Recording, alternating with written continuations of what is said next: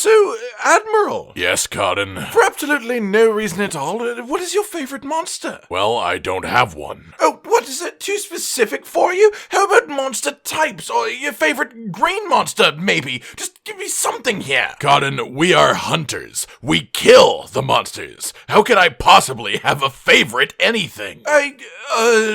Cotton's log, stardate 4374.5. The subject picks the most political answer, therefore reinforcing that there is something incredibly suspicious about his mannerisms. Cotton, just because the camera zooms in doesn't mean I can't hear you. Ladies, gentlemen, and monsters of all ages, Monster Hunter, like life, is a massive world full of twists and turns, and the monster list is no different. Each one in this series like its own totally unique present, left for you to open while you hunt it for the first time, and sometimes it is only a little surprising, like a subspecies, which is a system that I used to hate, but have really come around to. I mean, look at how any and all recent subspecies have done. But sometimes you get a whole new monster, and sometimes you even get a monster who looks more like a T-Rex, or a raptor, or even more like a snake. I love you, Najarala, but the overall shape and skeleton of a monster is usually decided by the monster's type, and therefore the main variety in the monster catalog relies on spreading monsters out within said types. Oftentimes in this game, we will miss the forest for the trees, so to say,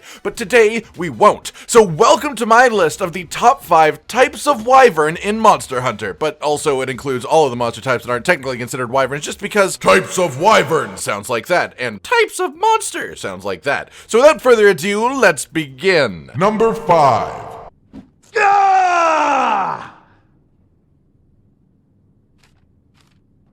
Mate, it's your bit. Flying Wyvern.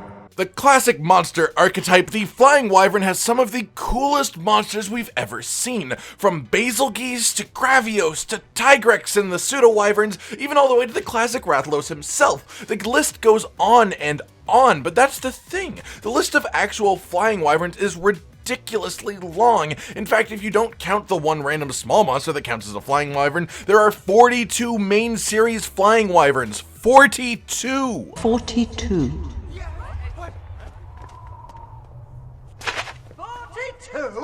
And to be fair to the developers, for the most part, the list is still quite varied and interesting, and each one is cool in their own way. Even low-tier monsters like Palumu are really awesome, but it goes all the way up to ridiculous power-tier pseudo-wyverns like a Cantor and Eucanulos, who are just some of the coolest monsters ever created. Like, if they brought either of those two to the new world, I would probably be crying with joy. No crying! What's the matter, Jimmy? She's crying, sir! But I can't help but feel sort of unimpressed by the general idea of a Flying Wyvern these days due to just how many we already have, if I'm honest, especially in the new world. Don't get me wrong, I still get excited when I see a new Flying Wyvern. That's why they made it to number 5 here over some really cool other choices. However, there are simply 4 types of monster that have always excited me on a base level, far more than Flying Wyverns ever have. Number 4.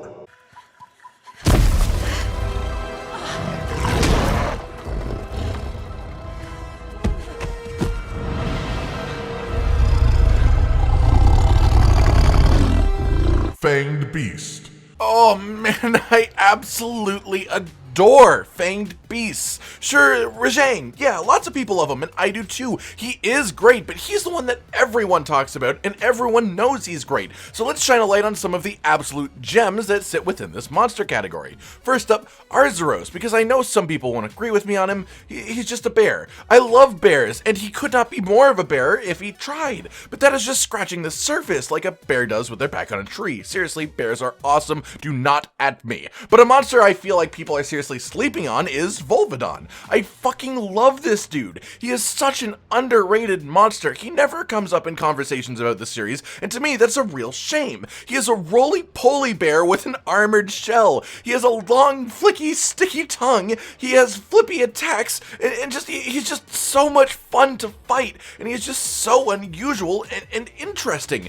Gammoth as well is really cool. I may not be the biggest fan of her fight as a whole, but conceptually I do think that she's awesome, and visually she's a massive breath of fresh air. And that is before we even get to the 8 types that people normally associate Fanged Beasts with. And again, Rajang is a massive one, but even something like Kongolala, who is literally a perpetually hungry and gassy ape. Like, come on people, he is awesome.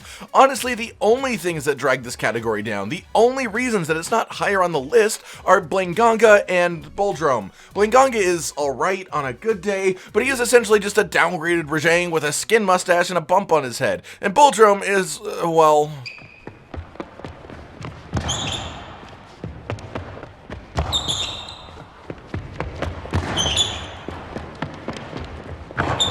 So as much as I love so many of the monsters, you have to consider the fact that there really aren't many Fanged Beasts, so percentage-wise, having one of them that I absolutely despise really tanks it for the rest of the monsters in this monster type. Number 3.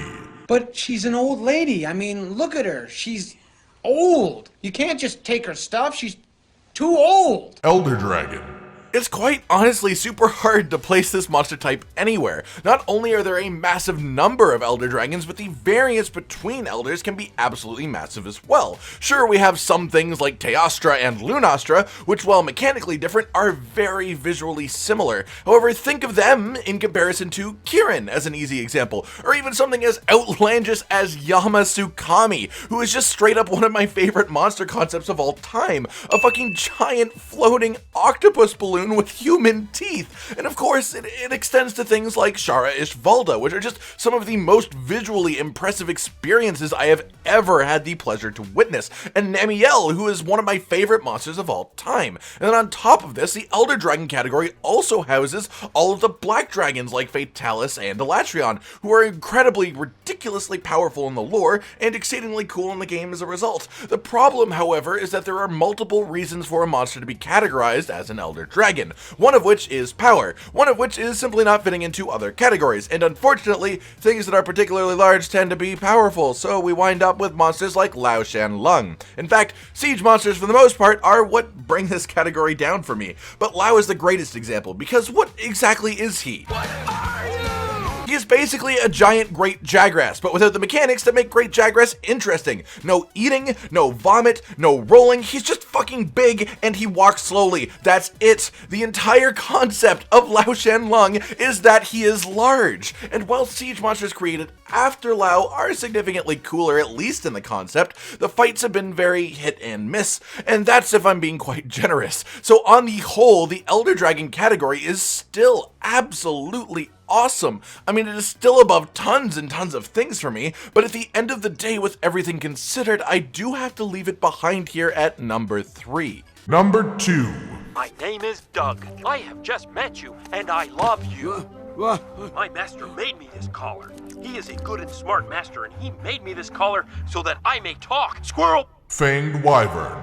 This category is a super interesting one, partially because before the 5th generation of Monster Hunter, there was only one monster in it, by himself. Well, him and his subspecies, but Zinogre was the very first, and even as the first of his monster type, he is such an amazing monster. Visually stunning, incredibly fun to fight, and his lore and the concepts around him making himself habitable for Thunderbugs so he can use their energy for himself. It's just so fucking cool. One of the things that I honestly love most in Monster Hunter is having a proper understanding of where power comes from. So many times in the game, it's just video game explained, like, they've got a special organ, but Zinogre has this, like, entire inbuilt system. Sorry, I love it. In the new world, however, we have gotten a number of new Fanged Wyverns, and honestly, I just love all of them. Even all the way down to Great Jagras. Sure, I find him a little plain, but he is an excellent concept, and he has this perfect personality that is accentuated at almost every point in his fight.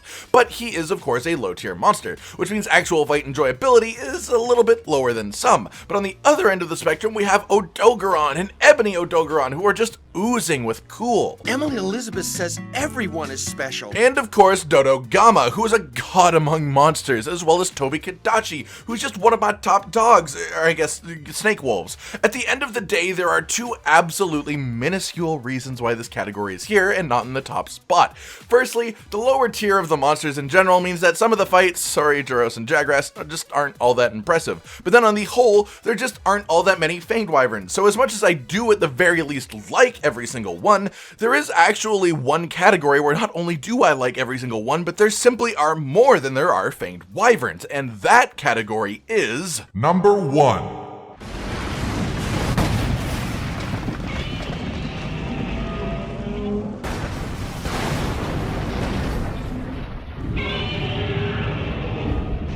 Wyvern. I don't know if I've made this clear over the nearly 2 years that I've been here, but I love proper Tyrannosaurus Rex style dinosaurs, and that is exactly what the majority of Brute Wyverns are. Even as a recent example, Anjanath is just a great dinosaur. He's sort of early tier, but not only is he conceptually fantastic, but his fight is really neat. And speaking of low tier, even the lowest tier Brute Wyvern, Baroth, is absolutely awesome. I mean, look at him. Covered in mud or not, his shape and shell are so completely unique and unlike other monsters. His head shape and how he uses it and his whole steam train concept just makes me happy every time I see him. And then on the other end of the spectrum, you have Deviljho, who is almost Elder Dragon level power. He's just hunger incarnate and impossible not to love. Even if you hate him for killing you all the time, it really is hard to not accept that he is a wonderful monster in concept, in lore, and in the actual fight itself. Just like Brachydios, who is Josh's favorite monster for very good reason, and honestly, he's quite close to my top monster list as well. He's mine, and no one is taking him away from me. But my favorite Brute Wyvern, and one of my favorite monsters just as a whole, is Duramboros. Every time I see him, bar none, every single time I smile. Every time he starts spinning, I giggle like a small child. He makes me so incredibly and impossibly happy. Just his look and the fact that he moves the way he does while being as large and cumbersome as he is just so absurd in such a beautiful way. And think about just how different each of the creatures that I've mentioned so far is, and that is a massive thing for me here. The Brute Wyvern category, while being as simple as two-legged monster with small forelimbs, has such a ridiculous amount of variety. I mean, the difference from one Brute Wyvern to the next is ridiculous the whole way through. In fact, even Radabon and Uragon are visually and conceptually unique, even if they are sort of distant relatives, and I absolutely love that variety. The fact that Uragon is the same type of monster as Glavenus, who is the same type of monster as Bonboro, makes me so happy. And think of how ridiculously unique each of those fights are, not just from each other, but from every single other monster in the entire series. Even Uragon, who a lot of people have issues with, I really do like. Sure, sometimes I can get frustrated while fighting him, but I like his fight in general, and I adore him as a monster concept as a whole. So even the weakest link here is pretty damn strong to me. And at the end of the day, I have such genuine admiration for every single Brute Wyvern, for each individual one, that it would be impossible for me not to label them as my number one. However, all of this said, I realize that every monster type I've listed here is in the new world, and therefore at least one monster from the category has gotten the 5th generation treatment, which essentially makes every monster it touches feel way more real and alive, and it just accentuates that personality in so many ways. So maybe some of the bias lies there, but I do still love monsters like the Carapacians as an example, and I would love to have a crab in the new world. But I cannot deny that while the category of Carapacian excites me, just neither of the pre-existing crabs are exciting enough on their own to replace any of the things that I've had on this list, at least, you know, not for me. Alright everyone, I've been Gotten Dinosaur, and this has been my list of the top 5 types of Wyvern in the Monster Hunter series. Do you agree with my choices? Are you glad I didn't say Piscine Wyvern? Like if you like the video, subscribe and hit the notification bell for more, and most importantly, ladies and gentlemen, until next time, stay sweet. This is the brand new outro to tell you all the things that you do that we love, so let's start with something simple and say, oh, we love your eyes. When they're watching us play video games, we make a bunch of jokes that are kinda lame, or when they gaze upon our failures as we try to kill the monsters or important news about the Kingdom Animalia. Rage, Continent, Hollow, we're all here, talking about the things you want to hear, so if you want to be the first to hear, like and subscribe and the bell and we'll cheer. Some of you are patrons, even though we are all the noobs and you're the pros, there's nothing we can do to thank you. No, really, there's nothing we could possibly do. Goodbye.